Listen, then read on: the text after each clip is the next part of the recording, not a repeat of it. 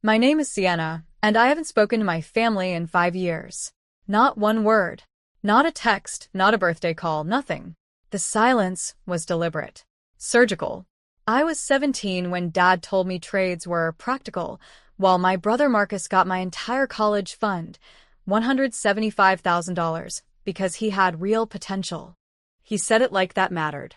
Like potential was currency, and I'd somehow run short.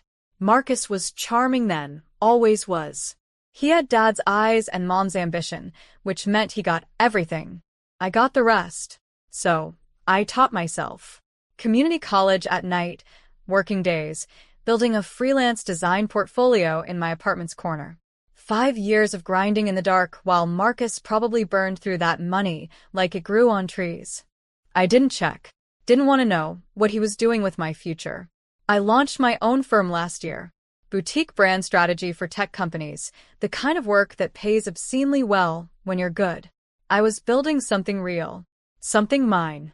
Then they walked through my office door on a Tuesday afternoon, and my mother looked like she'd aged a decade. My father stood behind her, jaw tight, eyes desperate. Marcus wasn't with them. Mom's hands were shaking, actually trembling as she gripped the edge of my desk like it was the only solid thing keeping her upright. Dad looked smaller than I remembered, not physically, but the way he carried himself had shrunk. 5 years of silence had redrawn my memory of him. Sienna, Mom whispered. Just my name. Like saying it was an apology. I didn't stand. Didn't offer them a seat. Professional distance. Practiced coldness. Marcus lost everything, Dad said flatly. The money. Our house. He borrowed against it without telling us and made bad investments with people who weren't legitimate. I felt nothing. That was the worst part. I expected rage or vindication, but there was just a hollow echo where those emotions should have been. He's gone, Mom continued, her voice fracturing. Left town 3 months ago. We don't know where. He left a note saying he couldn't face what he'd done. Part of me wanted to laugh. The golden child finally tarnished. But looking at my mother, actually looking at her, I saw something worse than my anger reflected back. I saw regret so complete it had physically unmade her. Dad cleared his throat. We came to ask if you'd help us find him. We thought, maybe he'd contact you. The irony was so sharp it could draw blood. He'd never contact me. I was the ghost he'd never acknowledged. Why would he contact me? The question came out colder than I intended. Maybe exactly as cold as I intended. Dad shifted his weight. Because you're his sister. Because despite everything, he stole from me. I said it flatly, like reading a contract clause. Not borrowed. Not shared. Stole. And you let him. You told me I didn't matter enough for that money, that I needed to learn a trade like some kind of punishment for not being him. Mom flinched visibly. Dad's jaw clenched. We know, Mom said quietly. We know we failed you. Those words should have shattered something inside me. They didn't. I'd already shattered 5 years ago and rebuilt myself in the pieces. I wasn't the girl who needed their approval anymore. I can't help you, I said, turning back to my monitor. Dismissal. I don't know where he is. I don't care where he is. Sienna? Dad started. My assistant will see you out. I didn't watch them leave. I heard Mom's breathing catch, heard Dad's heavy footsteps, heard the door close with the finality of a period at the end of a sentence. I stared at my screen without seeing anything. Then my phone buzzed. Unknown number. A text that made my blood go still. Hi sis. Dad told me they found you. We need to talk. It's not what you think. Please. It was Marcus. My hands went numb holding the phone. 5 years of constructed indifference shattered in 3 sentences. I didn't respond. Couldn't. But I saved the number. Obsessed over it like it was evidence in a case I'd been building against him my entire adult life. He texted again that night. I know you hate me. You have every right. But Dad's lying about what happened. Not to hurt you, to protect me. I need to tell you what actually went down. I ignored it. Went to the gym. Destroyed myself on the treadmill until my lungs burned, came home and poured wine I didn't taste. My carefully constructed life suddenly felt like a stage set, impressive from the front, hollow behind the curtains. The next morning, a package arrived at my office. Hand-addressed, no return address.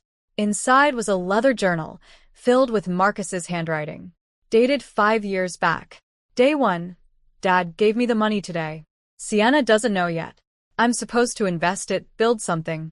Dad says this is my chance to be the son he always wanted. My stomach twisted. Day 47. I tried to tell Dad I didn't want this. That it was wrong. He said Sienna was different, that she'd figure it out, that some people are meant to struggle. I don't think that's true, but he's my father. Page after page of guilt. Confession. A boy drowning in someone else's expectations. The final entry made me stop breathing. Day 183. I finally did it. Gave it all back. Paid Sienna's full tuition anonymously through the university. I couldn't live with this anymore. Dad will destroy me when he finds out. I read that final entry 17 times. My vision blurred. My hands shook in a way they hadn't since I was 17 years old. He'd given it back. All of it. Anonymously. But I'd never gone to college. I'd walked away from the acceptance letters, convinced the money was gone. Convinced I was disposable. I'd built my entire identity on being the daughter they didn't choose. The girl who had to claw her way up alone. That identity was a lie. I called him. First time hearing his voice in 5 years. He answered on the first ring like he'd been waiting by the phone. Sienna. You gave it back. I said, not a question. Silence. Then, yeah. I did. Why didn't you tell me? Because Dad told me if I said anything, he'd make sure you never believed me. He said you'd think it was guilt talking. And he was right, you would have. Marcus's voice cracked. So, I let you hate me. It seemed fair. For taking 5 years to grow a spine. I couldn't speak. Couldn't process. I lost everything trying to prove to Dad I was worth something, he continued. Bad investments, bad people. All because I was still trying to earn what he'd already decided I deserved. The irony would be funny if it wasn't so pathetic. Where are you? I heard myself ask. Nowhere good. But I'm not running anymore, Sienna. I'm done. The line went quiet except for his breathing. Don't do anything permanent, I whispered. I drove to him that night. For hours to a motel outside Reno, the kind of place that doesn't ask questions and doesn't remember faces. Room 247. The door was unlocked. Marcus sat on the bed in darkness, 30 pounds lighter than I remembered, his face hollowed by something deeper than hunger. When he saw me, he didn't move. Didn't try to hug me or apologize theatrically. He just looked at me like I was the first real thing he'd seen in months. You came, he said quietly. Don't sound surprised. I sat beside him, not close enough to touch. The silence between us was different now, not the 5-year void, but something raw and immediate. Dad didn't just lie to you, Marcus said finally. He lied to both of us. He told me you didn't want the money, that you'd said you wanted to do it your way. He told me taking it was actually better for you, that it would teach you independence. Marcus's laugh was bitter. I wanted to believe him because it was easier than questioning my father. My stomach twisted.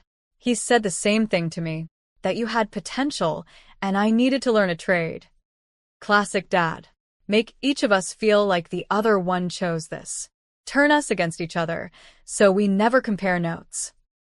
I finally looked at him. Really looked. Why now? Why come back? Because I'm tired of being the version of myself that Dad created. And because I realized you're not angry at me, Sienna. You're angry at him. We both are. He was right. The anger I'd carried for 5 years suddenly had a target, and it wasn't the broken man beside me. It was the man who'd broken us both. We drove back together. I called Dad from the car, told him to meet us at my office. No explanation. He showed up within an hour, looking terrified, probably thinking Marcus had hurt himself. Instead, we hurt him with the truth. Marcus laid out every lie, every manipulation, every time Dad had played us against each other, weaponizing his approval like currency he could distribute or withhold. Dad listened with his hands clasped, his face going through cycles of denial, defensiveness, then finally something that looked like understanding. I was trying to motivate you both, he said weakly. You thought wrong, I said. You spent 5 years destroying your relationship with me because you couldn't admit you made a mistake with my money. Instead, you punished me and let him drown in guilt. I was scared, Dad said. His voice was small. When Marcus told me he'd given the money back, I panicked. I thought if you found out, you'd hate me more than you already did. I did hate you, I said, but not for the reasons you thought. I hated you for the choice you made, not between Marcus and me, but between truth and comfort. Dad looked at Marcus. I'm sorry. For all of it. Marcus nodded slowly. I'm sorry too. For letting it happen. For taking 5 years to grow up. I expected catharsis. Closure. Instead, I felt the weight of 5 years, not lifted but redistributed. Shared now, instead of carried alone. Dad left that night. Mom called me 2 days later, asking if she could see me. But first, I had to decide if forgiveness meant forgetting. Mom came to my office on a Saturday morning. She brought photos, old ones from before everything fractured. Me at 8, Marcus at 5, both of us laughing at something Dad had said. A family that existed before the lies calcified into structure. I can't undo what happened, she said, sitting across from me the way Dad had done. But I want you to know I see it now. I see how I let him make decisions that weren't his to make. How I stayed quiet when I should have spoken. I listened without interrupting. That felt like the most honest thing I could do. What do you want from me? I asked finally. Nothing. Everything. I don't know. She paused. I want my daughter back. But I understand if that's not possible.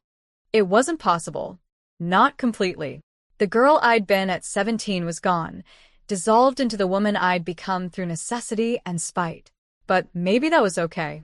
Maybe the broken version was better, more honest, more real, less willing to accept comfortable lies. I'll try, I said, but it won't be the same. I know. Marcus and I started meeting for coffee. Slowly. No grand reconciliation, just 2 people learning who they actually were beneath the roles Dad had assigned them. He was building a life too, humble work, honest income, the kind of thing that doesn't impress anyone but matters anyway. 5 years I'd spent proving I didn't need them. Now I was learning something harder. I could choose them without needing them. The money Dad had stolen from me, not just the